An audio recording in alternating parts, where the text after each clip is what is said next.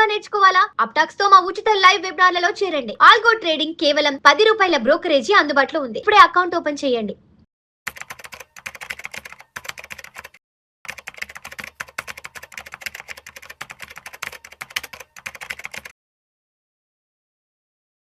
Hi, this is Lalitendranath, founder of golden ratio profile.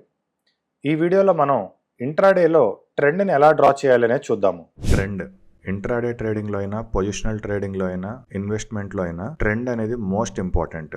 అందుకే మనకి trend is your friend అంటారు. మార్కెట్లో మనకి చాలా రకాల ట్రెండ్ లైన్ ప్యాటర్న్స్ అనేవి ఉన్నవి. Double tap pattern, double bottom pattern, triple top pattern, triple bottom pattern, cup and handle pattern, diamond top pattern, descending triangle pattern, ascending triangle pattern, symmetric triangle pattern, horizontal channel, descending channel, ascending channel, ఇవి major trend patterns. ఇవి కాకుండా ఇంకా చిన్న చిన్నవి చాలా ఉంటాయి. అయితే ఈ ప్యాటర్న్స్లో ఉన్న మెయిన్ డిసడ్వాంటేజ్ ఏంటి అంటే లైవ్ మార్కెట్లో వీటిని ఐడెంటిఫై చేసి దానికి తగ్గట్టుగా మనం ట్రేడ్ ఎంటర్ అవ్వడం అనేది చాలా కష్టం. అందుకే మనం ట్రెండ్ని ఫ్యాన్ ద్వారా ఐడెంటిఫై చేస్తాం. ఫ్యాన్ అనేది ఈ రకంగా ఉంటుంది. ఫ్యాన్ని మనం 2 వేస్లో డ్రా చేసుకోవాల్సి వస్తుంది. ఇది నార్మల్ ఫ్యాన్, ఇది ఇన్వర్టెడ్ ఫ్యాన్. నార్మల్ ఫ్యాన్లో జోన్స్ అనేవి ఇలా ఉంటాయి. టాప్ మోస్ట్ జోన్ ఏదైతే ఉందో అది ఎక్స్ట్రీమ్ స్ట్రాంగ్ జోను, దాని తర్వాత ఉంది స్ట్రాంగ్ జోను, దాని తర్వాత న్యూట్రల్ జోను, దాని తర్వాత వీక్ జోను, దానికన్నా కిందకు వచ్చేస్తే ఎక్స్ట్రీమ్ వీక్ జోను. ఇన్వర్టెడ్ ఫ్యాన్లో మాత్రం extreme strong zone, strong zone, strong zone కన్నా కింద ఉన్న 3 జోన్స్ కూడా వీక్ జోన్స్. ఈ ఫ్యాన్ని 45 డిగ్రీ యాంగిల్స్ అని కూడా అంటారు. ఎందుకంటే ఫ్యాన్ యొక్క సక్సెస్ రేట్ అనేది దాన్ని 45 డిగ్రీలో డ్రా చేస్తే మాత్రమే వస్తుంది. ఈ ఫ్యాన్ని ఇన్వెంట్ చేసింది WD గ్యాన్, అందుకే దాన్ని గ్యాన్ ఫ్యాన్ అని కూడా అంటారు. అయితే మనకి గ్యాన్ ఫ్యాన్లో గోల్డెన్ రేషియో యాంగిల్ మిస్ అవుతుంది. అందుకని మనం ఫిబొనాకీ ఫ్యాన్ అనే దాన్ని వాడుకుంటాము. ట్రేడింగ్ వ్యూలో లెఫ్ట్ సైడ్ ఉన్న టూల్ బార్లో థర్డ్ ఎలిమెంట్ని మనం క్లిక్ చేస్తే దాంట్లో మనకి ఫిబ్ స్పీడ్ రెసిస్టెన్స్ ఫ్యాన్ అని ఉంటుంది. దీన్ని మనం ఫేవరెట్స్లోకి యాడ్ చేసుకోవాలి. ఈ ఫిబ్ స్పీడ్ రెసిస్టెన్స్ ఫ్యాన్ యొక్క సెట్టింగ్స్ని ఈ విధంగా పెట్టుకోవాలి. ఇప్పుడు ఈ ఫ్యాన్ని మనం ఎలా డ్రా చేయాలి, డ్రా చేసిన తర్వాత దాన్ని బేస్ చేసుకుని మనం ట్రెండ్ని ఎలా ఐడెంటిఫై చేసుకుంటాము, ఎంత ఈజీగా ఐడెంటిఫై చేసుకుంటాము అనేది కొన్ని ఎగ్జాంపుల్స్ ద్వారా తెలుసుకుందాము. జనరల్గా గ్యాన్ ఫ్యాన్ ఎలా డ్రా చేయాలి అనేది మనం యూట్యూబ్లో చూస్తే ఇక్కడ ఉన్న టూల్ బార్లో ట్రెండ్ యాంగిల్ అనే ఆప్షన్ ఉంటుంది. ఈ ట్రెండ్ యాంగిల్ని ఇలా 45 డిగ్రీస్లో డ్రా చేసుకుని దీని మీద మనకి ఇలా గ్యాన్ ఫ్యాన్ అనేది డ్రా చేస్తారు.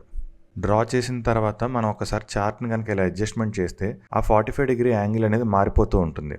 ఎందుకంటే ఒక ఎంటీ ప్లేన్ మీద 45 డిగ్రీస్ అనేది డ్రా చేయడం కష్టం. 45 డిగ్రీ ఎగ్జాక్ట్ 45 డిగ్రీ అనేది మనకి ఒక స్క్వేర్లో మాత్రమే వస్తుంది, ఇంకెక్కడ రాదు. గోల్డెన్ రేషియో ప్రొఫైల్ ఇండికేటర్లో ఇంట్రాడే సెటప్లో సపోర్ట్ అండ్ రెసిస్టెన్స్లు అనేవి ఇలా మనం అవర్లీ పెట్టుకుంటాము. ఇలా అవర్లీ పెట్టుకున్నప్పుడు ప్రతి అవర్ అనేది మనకు ఒక బాక్స్ లాగా వస్తుంది. ఈ బాక్స్ అనేది ఎటువంటి అడ్జస్ట్మెంట్స్ చేసినా చేయకపోయినా అది ఏదో ఒక పర్టికులర్ టైంలో స్క్వేర్ బాక్స్ గానే ఉంటుంది. ఫర్ ఎగ్జాంపుల్ ఇక్కడ ఈ సెకండ్ 1 అవర్ తీసుకుంటే ఇది చూడటానికి ఇది స్క్వేర్ లాగా లేదు, కానీ దీన్ని మనం ఇలా అడ్జస్ట్మెంట్ చేసుకుంటే ఏదో ఒక సర్టెన్ సిచ్యువేషన్ లో ఇది మనకి స్క్వేర్ బాక్స్ అవుతుంది. కాబట్టి ఇప్పుడు ఇలా ఉంటే ఇది స్క్వేర్ కాదు కదా అనే డౌట్ అక్కర్లేదు. అది స్కేల్ అడ్జస్ట్మెంట్ చేసుకున్నప్పుడు ఆటోమేటిక్ గా ఏదో ఒక సిచ్యువేషన్ లో ఇది స్క్వేర్ అయితే తీరుతుంది ఖచ్చితంగా. కాబట్టి మనం ఇప్పుడు ఈ బాక్స్ కి కనుక మనం ట్రెండ్ డ్రా చేసుకుంటే ఏ బాక్స్ కి ట్రెండ్ డ్రా చేస్తే దాని నెక్స్ట్ అవర్ మార్కెట్ ట్రెండ్ అనేది మనకి క్లియర్ గా అర్థం అవుతుంది. ముందు మనం ఫ్యాన్ అనేది అసలు ఫస్ట్ నార్మల్ గా ఎలా డ్రా చేయాలి, ఇన్వర్టెడ్ గా ఎలా డ్రా చేయాలి అనేది చూద్దాము. దాని తర్వాత ఫ్యాన్ ద్వారా ట్రెండ్ ని మనం ఎలా ఐడెంటిఫై చేస్తామనేది తెలుసుకుందాం. ముందుగా మనం ఫిబ్ రెసిస్టెన్స్ ఫ్యాన్ సెలెక్ట్ చేసుకుని నార్మల్ గా డ్రా చేసినప్పుడు ఈ సపోర్ట్ యొక్క లాస్ట్ లైన్ ఏదైతే ఉందో దాంట్లో ఈ ఫస్ట్ డాట్ మీద క్లిక్ చేయాలి. రెసిస్టెన్స్ యొక్క టాప్ లైన్ లో ఈ లాస్ట్ డాట్ మీద క్లిక్ చేయాలి. చేస్తే ఇది మనకి ఆటోమేటిక్ గా 45 డిగ్రీస్ అవుతుంది.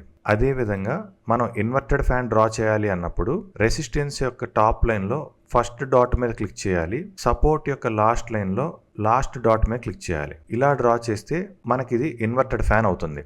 మనకి సిపిఆర్ ద్వారా ఈజీగా అర్థమయ్యే పాయింట్ ఏంటి అంటే సిపిఆర్ కన్నా పైన ఉంటే మార్కెట్ పాజిటివ్ మూవ్మెంట్ లో ఉంది, సిపిఆర్ కన్నా కింద ఉంటే మార్కెట్ అనేది నెగిటివ్ మూవ్మెంట్ లో ఉంది అని తెలిసిపోతుంది. ఎప్పుడైతే మనకి సిపిఆర్ కన్నా కింద ట్రేడ్ అవుతుందో అప్పుడు మనం నార్మల్ ఫ్యాన్ అనేది ఇలా డ్రా చేసుకోవాలి. ఎప్పుడైతే సిపిఆర్ కన్నా పైన ట్రేడ్ అవుతుందో అప్పుడు మనం ఇన్వర్టెడ్ ఫ్యాన్ని ఈ విధంగా డ్రా చేసుకోవాలి.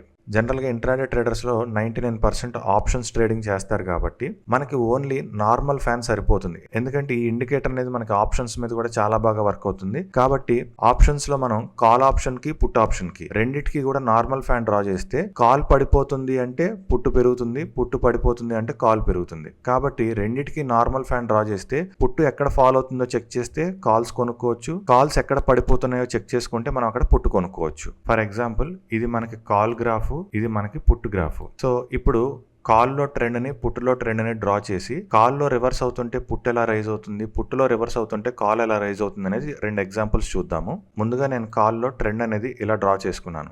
నెక్స్ట్ అవర్ స్టార్ట్ అయిన ఫస్ట్ క్యాండిల్ స్టార్ట్ అయిన వెంటనే మనం ఈ విధంగా ట్రెండ్ డ్రా చేస్తే డిఫాల్ట్ గా మనకి ట్రెండ్ అనేది అలా ఉండిపోతుంది. ఈ కరెంట్ 1 అవర్ కి ట్రెండ్ ఇదే సరిపోతుంది, మనకి మధ్యలో ఎక్కడ మార్చుకోవాల్సిన అవసరం లేదు. సేమ్ అదే అవర్ కి నేను ఇక్కడ పుట్టుకి డ్రా చేస్తున్నాను. WD గ్యాన్ ప్రపోజ్ చేసిన ఫ్యాన్ లో సక్సెస్ రేట్ అనేది ఎప్పుడు వస్తుంది అంటే మనకి ఫ్రెష్ గా ఒక యాంగిల్ కట్ అవ్వాలి. మనం ఫ్యాన్ డ్రా చేసుకున్న తర్వాత ఫ్రెష్ గా యాంగిల్ కట్ అవ్వాలి. ఎప్పుడైతే మనకి ఫ్రెష్ గా ఇలా యాంగిల్ కట్ అవుతుందో అక్కడి నుంచి మనకి మూవ్మెంట్ అనేది వస్తుంది.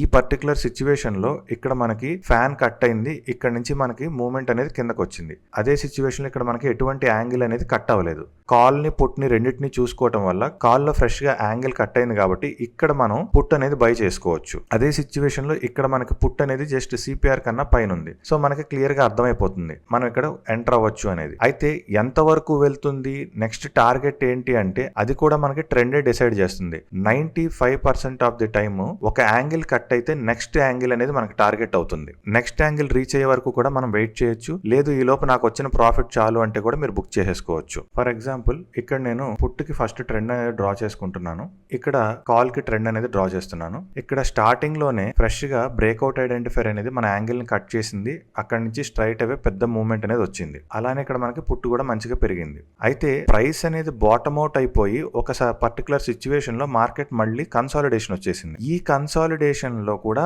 మనకి ఆల్మోస్ట్ ఇక్కడ మనకు ఒక 50 పాయింట్స్ కన్సాలిడేషన్ జరిగింది. ఈ 50 పాయింట్స్ లో మనం ఏదైనా ట్రేడ్ ఎంటర్ అయ్యి ప్రాఫిట్ తీసుకోవాలి అనుకుంటే ఇక్కడ మనకి ఎటువంటి స్కోప్ లేదు. కానీ అదే పుట్ చార్ట్ లో ఫ్రెష్ గా యాంగిల్ ని కట్ చేసింది కిందకి. సో ఇక్కడ మనం కాల్ ఎంటర్ అయ్యి నెక్స్ట్ యాంగిల్ రీచ్ అయ్యే వరకు కూడా వెయిట్ చేసి మనం ఇక్కడ ప్రాఫిట్ అనేది తీసుకోవచ్చు. లేదా మధ్యలో మనం ఎక్కడైనా ప్రాఫిట్ సాటిస్ఫై అయితే అక్కడ కూడా బుక్ చేసుకోవచ్చు, తప్పేం కాదు. ప్రీవియస్ అవర్ కి ఫ్యాన్ డ్రా చేసి కరెంట్ అవర్ లో ఫ్రెష్ గా యాంగిల్ కట్ అయినప్పుడు మాత్రమే మనం ట్రేడ్స్ అనేవి తీసుకోవాలి. ఎందుకంటే ఫ్రెష్ గా యాంగిల్ అనేది కట్ అయినప్పుడు అక్కడ మనకి ట్రెండ్ చేంజ్ అయింది అనేది మీనింగ్. ఇక్కడ మనకి ఈ ఫ్యాన్ అనేది ఒక స్క్వేర్ బాక్స్ లో ఎగ్జాక్ట్ 45 డ్రా చేయడం వల్ల దీని యాక్యురసీ అనేది ఆల్మోస్ట్ 90% అబోవ్ ఉంటుంది. ఒక యాంగిల్ నుంచి ఇంకో యాంగిల్ కి ట్రావెల్ అయ్యేటప్పుడు ఏదన్నా సపోర్టో రెసిస్టెన్సో లేదన్నా ఏదన్నా సిపిఆర్ లాంటివి ఎప్పుడన్నా అక్కడ మనకి స్ట్రాంగ్ గా ఉంటే తప్ప ఒక యాంగిల్ నుంచి ఇంకో యాంగిల్ వరకు market most of the times వెళ్ళిపోతుంది. సో మనం చేయాల్సిందల్లా మన రిస్క్ ఎంత ఉందో చూసుకోవాలి, రివార్డ్ కూడా మనకి ఆ యాంగిల్ ఎంత ఇస్తే అంతవరకే. ఎందుకంటే ఎవ్రీ 1 అవర్ మార్కెట్ ర్యాలీ అవ్వదు, every 1 hour market sideways లో ఉండదు. కాబట్టి